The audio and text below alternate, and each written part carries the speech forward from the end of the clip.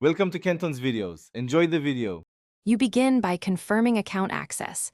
Sign into the Google account you intend to use because Classroom ties to that identity. Once done, close Classroom completely.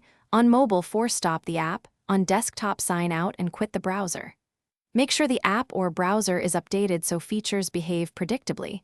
Outdated components often block switching. If you use multiple accounts, keep the target account active in the device account list before proceeding to switching steps. Next, perform the switch. Open Classroom and tap your profile image. Choose an account already added or add a new one by following prompts, because Classroom requires the account to exist on the device. On desktop, switch browser profiles or use the profile menu to pick the correct Google account. Make sure the chosen profile has Classroom access. If the account list doesn't refresh, clear app or browser cache and restart. This resolves stale session data that prevents switching. Finally, confirm classes appear under the new account.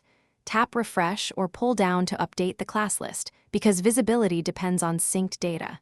If you see nothing, sign out of other accounts that may conflict, or remove and re-add the target account to force a fresh sync.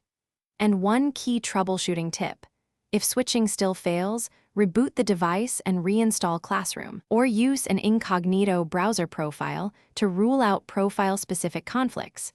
That step often. Thanks for watching. Consider subscribing if we helped you.